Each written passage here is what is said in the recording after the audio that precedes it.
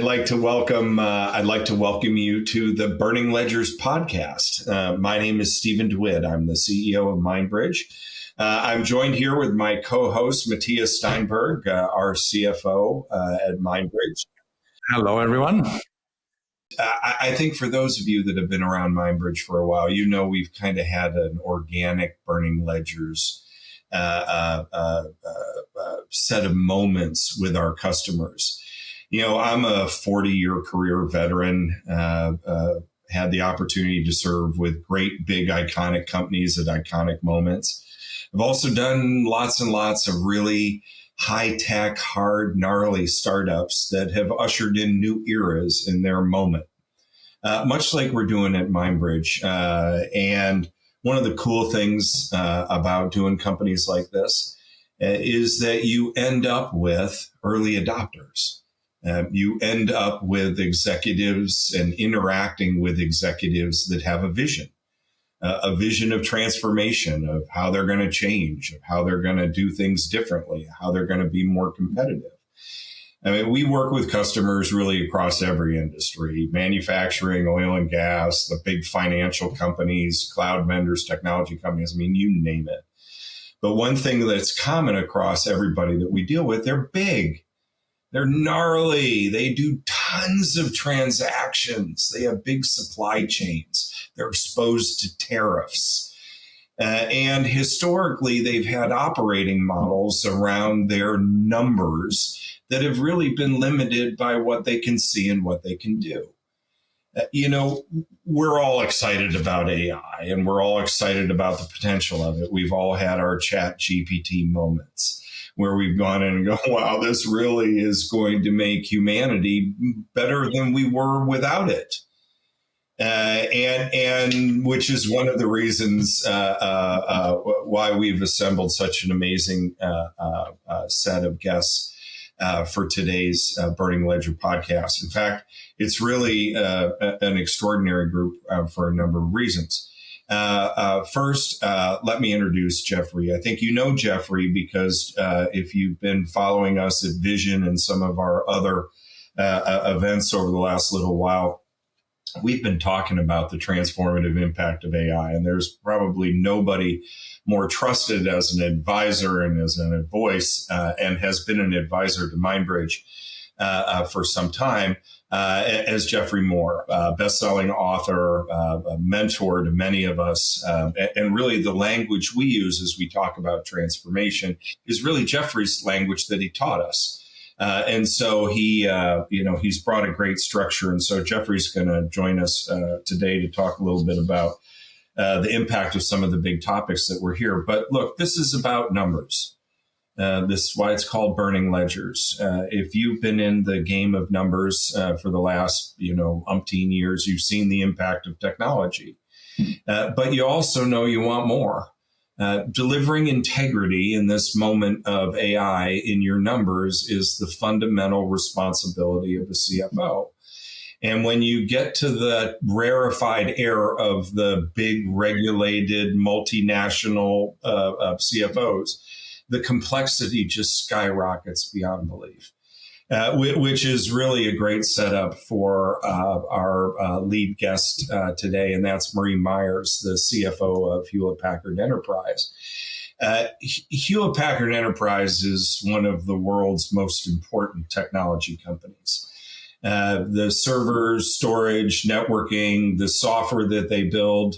I'm not even going to get into Juniper. We'll get into that in a minute. But the portfolio of technology that HP builds, pioneers, evolves, impacts our daily life. And when you're in a company like that, I was joking a little bit with Marie before we started taping. Most people don't realize the extraordinary complexity in the job that she has, the massive supply chain, the huge number of routes to market, what she deals with before breakfast from a transactional perspective and the need to see is really beyond the scope of most. And so it's with great pleasure that I welcome Marie and Jeff to our podcast. Good to be here. Thanks. Great to be here. All right. Well, we're going to jump right into it because we need to. And we're going to try to get a number of questions in here and then also allow Marie and Jeff to kind of freeform a little around some big topics. Look, everybody's talking about the impact of AI in finance. And there's kind of, I'm going to start with Marie because, again, she has a unique perspective. They build the iron that makes this all possible. If I think about the impact of GPUs on what we're able to do, you couldn't do what we do just a little while ago. And so the rise of, server technology, the ability to bring the amount of compute cost effectively to the moment of analysis really is the requirement for continuous analysis, the ability to look at numbers through the lens that matters all of the time. So that's the underlying infrastructure moment that's happening. But this really kind of rewrites what finance really means inside of a company. Before it was this organization that would look both backward and sort of look forward and try to do the best it could with the data that it had access to, even though it wasn't the chief data organization. It was really the recipient of what it could get. Now, finance has the ability to go much further. So kind of my opening question to Marie is, look, you steward one of the most in the moment finance organizations on the planet. How do you reconcile all of this? First of all, thanks for the opportunity to be here, Stephen, Matthias. It's a real honor and a real pleasure. Look, I just say that the role of the CFO today is fairly different from what it was even just a couple of years ago. I think in the past, you could have relied on just being and I don't mean just in that sense, but being the financial gatekeeper. There's a lot in what you do that you sort of responsible for in terms of making sure the numbers are right, reporting to the street if you're a public company, making sure your audits are done on time, making sure that all the financial transactions flow in a done in an efficient manner. I say today there's sort of like this new job that the CFO has taken on, which is literally helping to be the sort of transformation architect of the enterprise. Because the concept, I know we're going to get into this about data integrity, one source of the truth, kind of really comes back into the wheelhouse of the CFO. And so it introduces a whole new set of responsibilities about, helping guide a company through this next journey and next stage, which is really driven by AI. Because AI is going to change not just, what we do in finance, it's going to change the way companies operate. And I think the CFO has an incredibly important role in potentially being the steward of that entire transformation. How do you relate to the CIO, and how is that relationship evolving? Because I think other people might have said it was the CIO, not the CFO. How's that working? Look, I'd say that the two have got to work hand in hand, Geoffrey. Now, sometimes, and in jobs I've had, even as a CFO, typically many CFOs, many of my colleagues have run IT. So, it's basically in the remit of the organization. And if it's not in the remit, they're really close business partners. So, today, the current role I'm in today, I'd say the CIO and the CDO, the Chief Data Officer, and the CISO are all critical partners that, the CFO interacts with on a very frequent basis, because the CIO doesn't necessarily, sort of have the remit for the business process. I mean, typically that sits outside the IT architecture, let's just call it organization. And so being able to make that link between the IT architecture and the transformation that's going to go on and how you run your business is sort of where I see the role of the CFO really coming together, because they typically are the steward of a lot of the operational activity of the company. You hear a lot in the headlines. And I won't pull HPE out as an example, but what big company isn't going through transformation right now? And whether it's a big Wall Street bank executive or a manufacturing executive, people are asking about what does AI do to the workforce? And I think personally, I look at it very differently. Look, we all know AI is going to have a huge impact, but it's intelligence in the service of humanity. It's not humanity in the service of intelligence. And so we all know we're here at a moment of change. It's just going to change, just like previous technologies enabled change. But, and this is really a question to both of you, because look, Geoffrey, you write in Zone to Win and some of your other stuff. You have to have a team that's able to change. You have to transform that. If you look at the depth of a finance bench historically, there really hasn't been that kind of depth of transformational agent that has a vision in the future that aligns to, higher operating performance or better R&D cycles or, things of that nature. So as a steward, and broadly, how do you look at transforming teams? How do you bring them on the journey? If you think about it, my whole work's been around this thing called the technology adoption lifecycle. It's kind of a change management framework. What it does say is that people have different appetites for change, and that if you're managing a change, you kind of want to take it linearly from the early adopters toward the late adopters. And what you find out is there's these 4 playbooks.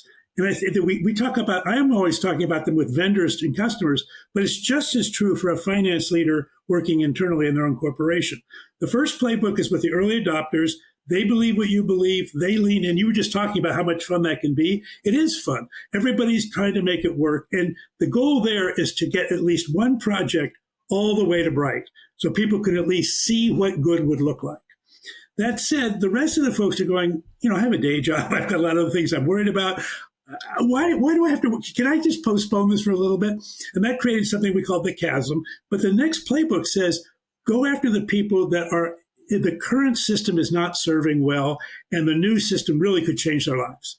And those are key use cases, often at the periphery, because most existing systems solve most problems okay, but there's always problems that they don't solve. And when those problems become bottlenecks, then that affects the entire enterprise. And so I think, in particular with AI, I think going after time-consuming approval cycles or review cycles are the kinds of things that follow up supply chains, that follow up delivery stuff. So that's the second playbook. And then once you get some of those going, the third and fourth playbooks are just like, okay, now we got to deploy at scale. And by the way, that will entail a whole bunch of reconstruction. But at that point, you have to have a really strong program management in play. And then there's what we call Main Street, where you really get most of the rewards actually after you've got everything in place. And now you can start really enjoying them. The main point I wanted to make was you don't start with the last group. Work those groups in sequence. I'd love to pull on that thread, Marie. And I see, or I feel in the last 2 years with my peers, there's really a tension between ChatGPT lifted AI at all priority lists. Everyone wants to move. And at the same time, there is this feeling, or the 2 main questions I hear is, 1, what are the use cases that are actually already working? And 2, what's the ROI? And maybe you can, and I'm fascinated with what you're doing at HPE. Maybe you can talk to that. What are you doing concretely? Where is it already working? And maybe then also, what's your advice for finance leaders where they should start looking for those use cases and the ROI they need to justify their investment in that area? Yeah, Matthias, that was spoken like a true CFO. So thank you for that prudent sort of question around where's the ROI. Look, I'll be honest with you. I love Geoffrey Moore's work. So I'm an advocate here. I love his Crossing the Chasm. And a couple of my CFO jobs, I had my bosses who loved and led by that playbook. And I must admit, I use that playbook myself and even implementing AI. So what Geoffrey outlined is pretty much the approach I took here at HPE. So we selected 2 main initiatives, Matthias, that were sort of like what I would describe as our big bets, like on where we were going to go in and really go full in on AI. We knew it was going to be a long and difficult journey. To Geoffrey's point, they weren't going to be easy to get across the line. I picked one external project that I knew had a lot of external value to the company. And then I picked one internally that I knew was a major pain point for the company, that if we could get AI to sort of, really move the needle, both of those would have enormous impact internally, externally. So those 2 initiatives, one was my IR team. So I brought AI in to transform the whole IR process of the company. And the internal one we picked was the whole operational sort of review of the company. As Stephen well appreciates from his time he worked with me, that, the ops calls are like a a religious experience, and they're very manual, very human-led, and require enormous amounts of prep. So we applied AI to both of those, Matthias. So the two big bets, I call them, like at a pharma company that we took. And then I sort of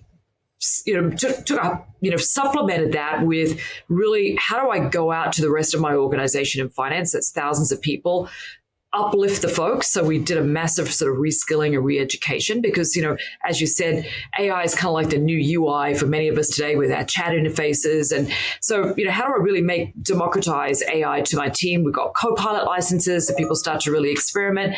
And then we unleashed what we call like a pipeline strategy where people could sort of solve a lot of the mundane work with both bots and AI, frankly, because there still is a ton of use cases out there for ML, RPA, and AI. We can sort of thread the needle on just getting rid of a lot of boring, repetitive work that many of my team have to do. And so what I've been able to do is sort of uplift and up-level. I think to Geoffrey's point, you lifted the whole tide in the organization by reskilling and giving folks access to a level of what I call fairly simple tools. And then at the same time, I placed these couple of big bets that are really hard, I've got to say, that really transform the way we work and ultimately, realize value. Now, in terms of ROI, what I look at is the obvious metrics like, how many hours do I save, right? I mean, because I want to care about how much productivity enhancement I get. And the productivity numbers, we measure those by initiatives, and they've been fairly impressive. And I would say the bigger, harder bets tend to have bigger productivity gains. And then the other bets, the other sort of way of the lens that we look at is like, what are the indirect savings, like speed, efficiency that we get by just moving AI into the process, whether it's improving the speed at which we can actually drive an initiative. So I think you have to have a sort of multi-lens approach to managing ROI. Otherwise, you may get frustrated in terms of just measuring outcome. But the productivity gains are real. Yeah, Marie's making a really important point that came up. I did some roundtables last week at the Dreamforce with executives. This thing came up, ROI comes up all the time. And our normal mindset of ROI is that we're talking about money. And I would say the more mature the process is, the more important it is to talk about money. But the front end, this time to value, this latency issue, this streamlining, the ability to create better coordination. What you're doing is you're collapsing the time to transact and therefore reducing the chance for the transaction to go wrong and essentially increasing the clock speed of the organization. And since we've all digitally transformed, digital things want to happen a lot faster than they did, when it was back in monthly reporting days. So I think figuring out a way to think about ROI, not just financially, but also return on latency improvement. Latency improvement is a huge productivity increase, and we're not that good at measuring it. And I think it's an important metric. And I think just building up Geoffrey's point, the big one for finance, and CFOs are talking about this now sort of on the sort of chat sheet for finance execs, is continuous close. Like you imagine if you can continuously close your books, what it does to your forecast process. So I think to Geoffrey's point, just the enormous amount of velocity you can create by being able to close the books literally every single day of your life means that you actually are literally forecasting inside your process. So, I don't think people should underestimate what speed and velocity and what I call error-free transactions really has an impact. So ROI is a complex topic, and people need to sort of break it down into different components to really see value. And I would add error detection in addition to that, because you're going to find errors in real time as opposed to the next month. There's no question you're gonna, but don't. I'm not going to get parochial here for a second. Three things that are in there, and again, Marie, you have an understanding of this. To achieve ROI, a solution has to manifest itself. And when you're talking about, continuous auditability, for example, to be in a state where your control system is reflected against everything that's happened, look, that's the outcome that we all want. And so as you kind of pull down from that and you go, what are the building blocks of doing that? You realize this is a system level view. And it requires all of the infrastructure and capability to do it. It requires the right analytics. Hey, if it's cold outside, you put on a jacket, your brain's telling you to do something. So intelligence has to manifest itself continuously. That's an analytic and a compute issue. And then the delivery of it, hey, we're humans. We hear, smell, taste, do things, interact with one another, think.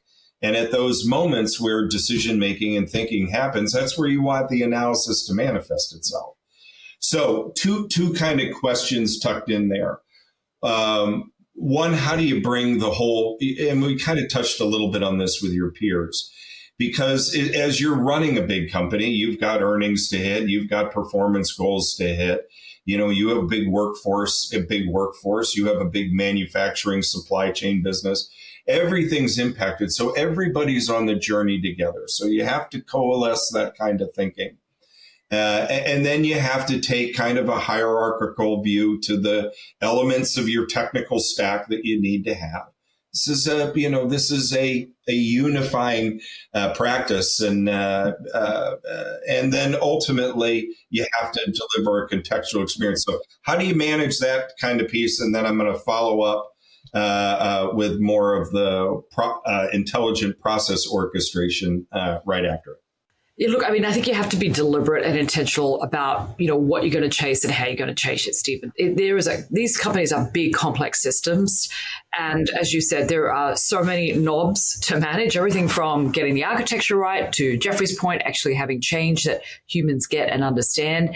I mean, my approach has always been just to try to build some scale and capability right up front in terms of, I've always built like an intentional program office with intentionality. Like I was chatting with a gal yesterday, she's trying to lead a transformation and she had someone doing the job part-time. I said, well, I got news for you. That ain't never going to work. I mean, you're never going to, she goes, well, my CFO just doesn't want to put the resources around. I'm like, well, chances of success are what I'd say about half of that. So be intentional, because there is, so many elements of part of these transformations, whether it's digital AI that you have to manage and you have to really commit. And so, I've always tried to build skill around transformation in any organization. It's not like you go out and hire transformation people off LinkedIn these days. They're people you typically have to nurture and build. And then you have to commit, build a plan, put dollars around it and really drive it intentionally. So that's my own limited sort of experience for what it's worth. And as I mentioned, I had that conversation with the CFO of a fairly large company yesterday who thought they could do it with a half a person. I'm like, it's unlikely to work, is what I would say at this point in time. And I would just piggyback a tiny bit on what Marie said. I think for transformation to succeed, there has to be a narrative that people buy into. And we've never thought of the CFO as the narrative spokesperson, but obviously in IR, you already are. And I think for any transformational thing, because people have to give up something in order to get to the new place. And if you don't have a strong narrative, like the person you were talking to, what's put a half-time person on transformation, that CFO has no narrative. They're just thinking, I want to check an AI box. That is a failure mode. You're being very kind to say there's chances of success are low. There's zero. And the chances of failure are high. Yeah. So how do you, Mary, how do you build that narrative? I think, our teams, they are interested, or there is a lot of interest around AI, but at the same time, AI brings a lot of change, which can be scary, often is scary. It talks about additional capabilities, but also automating things that currently, our teams are doing. So I do think it's fair to say there is an element that also, that we need to manage through with our teams to get them committed and get them motivated. Maybe you can talk a little bit more to how you have been doing that and what you would advise other finance leaders to do in order to be successful with it. I think that's Marie's question. Let me just stick in my little oar in the water, because obviously I'm Irish, I need to talk. But the two things you need to motivate people from outside the organization. And there's two classic motivations. Either you're saying a competitor is doing this and they're going to eat our lunch if we don't change. That's one motive. The motive I'm seeing more often, however, is we are letting our customer base down. And therefore, by being self-centered and wanting to keep things the way we like it, we're actually under-delivering to our customers. And so if the narrative is about taking our customer service to the next level, then I think that gives somebody to buy into. But Marie, you're in the middle of the real world. Go ahead. No, actually, it's a great point. So what I did to sort of, hit the gas pedal here is I used ourselves as customer zero. As Stephen said right up front, we are actually in the business of wrapping metal around GPUs and selling AI. So I used the customer zero example as a way to really hit the gas pedal because I knew it was going to be tough. Organizations, Geoffrey sort of gave you all the psychology around how to do this. It's not easy. So I actually brought in an external partner to help me because I knew that if I had sort of dealt with the inside of the organization, I was going to get slowed down. And I wanted to go fast to get a proof point quickly on the table and then to align the organization and rally the resources. So I brought an external partner in because I knew it could create a great platform for a customer zero case that I could take to the market. And that was the sort of fastest way to do it. And at the same time, what I'd always do is I basically democratize my entire org and reskill and provide a lot of support for the organization and gamify as much as I can so that people actually see that this is good, it's fun. I do tons of recognition. I have a weekly message where I highlight all the initiatives that have been sort of super successful to my entire multi-thousand people team. And it creates like a sort of buzz in the organization and people really want to get on board and do more stuff. So as soon as we're done here today, I'm going to a roundtable here in the Houston office to basically chat just randomly with people in my teams about, hey, what did you do? What was successful in AI? So you kind of create that champion, we are the champions forum throughout your organization. So it creates a ton of momentum. But that's the approach I've taken, Geoffrey. You're the best one to tell me whether I'm working or what should I tweak to make it work even better? Well, I do think at HP, I think HP's heritage has always been more customer service than Microsoft's is a competitive threat company. I think HP is more of service to the customer. I just think every time you say to anybody who's collaborating, we can do better for our customers and to actually bring the customer into the room and have the customer talk about either what's holding them back or how you've just helped me release some trapped value in my process. Those kinds of things go a long way to make people go that extra mile because you have to go the extra mile. Now, as Matthias will tell you to the point of ad nauseum, names like Hewlett and Packard have meant a lot to me. They were at my parents' wedding. Marie and I were in the foxhole there. But one of the things that I think all of us, where those names have touched us, is you ascribe to the responsibility of being a trusted brand. We service, military customers, you service, sophisticated businesses. Trust matters. And when you're the CFO of a company like that, and you're building not only infrastructure, but, you as running, a company that a lot of people have in their, mutual funds, trust is an important thing. How do you look at trust, Marie? I mean, obviously everybody starts with a kind of zero trust and you build from there. But, there's the boogeyman of AI out there and everybody's like, oh, geez, what is it? Those of us that know what it is know the confidence that we have in its auditability. But how do you look at trust? Yeah, first of all, working for HP most of my life has meant that integrity is sort of my number one personal value, right? My dad always taught me when I was a kid, the most important thing in life is to go to bed at night and sleep. So when I first became a CFO, it really didn't dawn on to me like why that really mattered. And then I kind of clicked. It's like being able to go to bed at night as a CFO and sleep is a really good thing. So you got to have trust. You got to have integrity in what you do. And it's, for me, everything we've done, including like working right now on this AI platform for ops, it's all about auditability and controls. I spent a lot of time as an auditor in my career, and I'm sort of grateful for that experience. I never thought it'd be one of the best jobs I've ever done, but it taught me to really appreciate why controls matter in a company and why compliance and integrity, because there are so many moments that matter where you have to make tough calls. And Matthias, I'm sure you know this yourself, where it's a really hard call. And so your brand is built on that integrity. And with AI, it is it doesn't necessarily sort of sit in the same sentiment, right? You think that AI itself probably brings a lot of concerns around trust, a lot of concerns around integrity, because, the AI itself, the backbone of a lot of these LLMs, there has been just so many issues, right? In terms of, I remember the early days when I was playing with large language models as a woman, I would just say, hey, give me a picture of what a typical executive looks like. And we all knew what it was doing. So it's taken a while for the models to really become far more, sort of trustworthy, I would say, and with greater degrees of integrity. Now, when it comes to financials, you can't get wrong. So the work that we've been doing on that ops platform has taken us so long because of that very fact, Steve. I mean, one of the issues we came up against, we actually had to work in NVIDIA on their NIMs, was just nobody had seemed to have built financial queries at the level that we'd built to get the level of precision in the financials. Because, most of the work that's been done on LLMs hasn't been really financially focused. So when we're trying to run queries through LLMs, we need absolute precision. So if I ask what was the revenue number for the storage business last year, it can't be a proxy. It has to be a number that's right. So getting to that level of precision is still an evolution, is what I would say with AI. We're not quite all the way there yet. We're getting pretty close, at least on the work that we're doing. And then the other piece is you really have to bring your audit teams in right from the get-go. So anything you're developing, we bring internal audit and our external auditors in to help sort of manage through the control environment and sort of almost preempt what will be required to help navigate compliance as well. Sorry to interrupt. You just hit on something I want to make sure we get a chance to cover.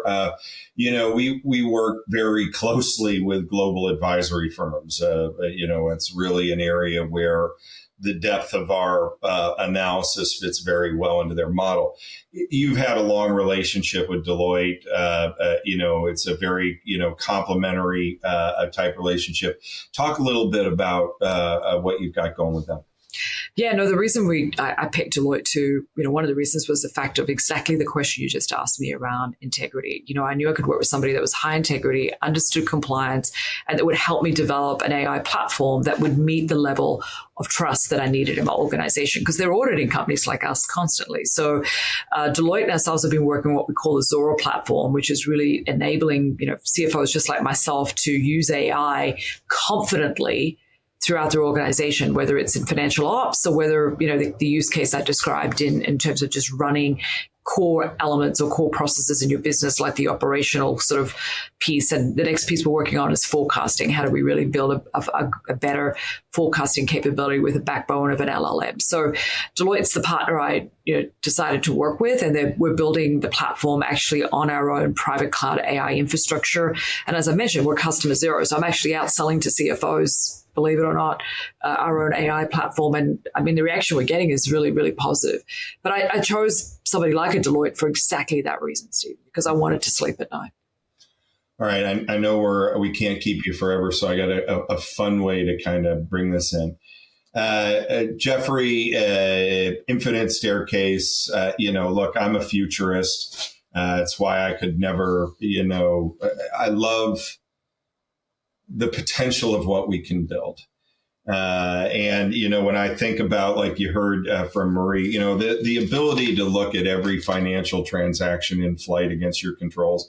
Now, look, everybody on this podcast and everybody that's watching this is going to, understand that when we go out to dinner at night, most people are like, yeah, whatever.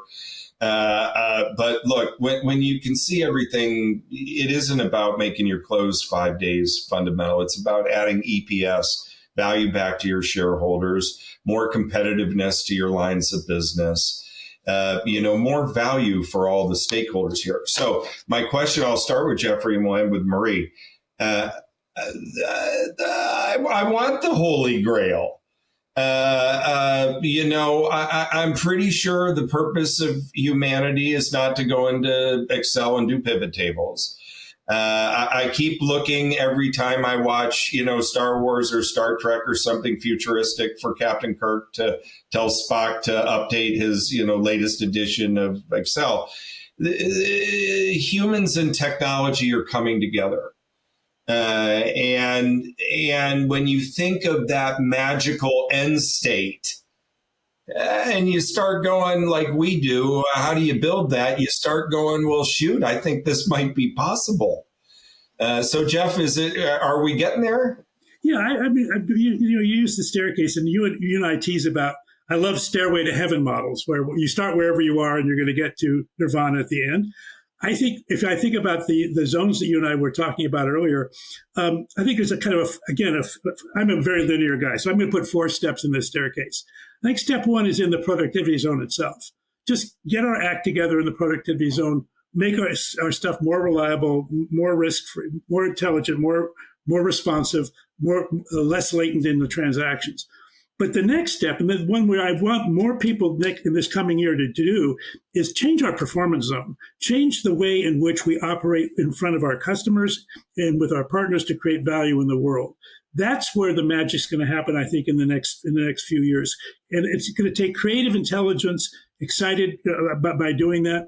It's going to require something they call intelligence choice architecture, which means you want the human being to make a choice and ask the AI then, and not the other way around. If you outsource the choice to the AI first, and then you lose your ability to be. They found this in medicine a lot. You lose your cognitive ability. So you want to think first, but then consult with AI.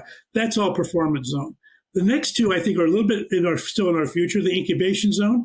There are whole new business models and whole new operating models. The way Uber taught us about transportation, the way Airbnb taught us about hospitality. We don't even know what they are. But there's a way to say, look, we can run these things and run experiments with them in a startup-like fashion, even in a large company if you manage it like startups.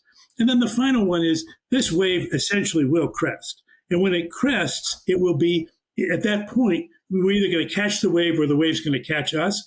I think that's still a couple of years away. But there will come a time when people are going to go, oh, I wish I'd spent more time on this earlier, because now I'm really, really behind. That's how I see it going.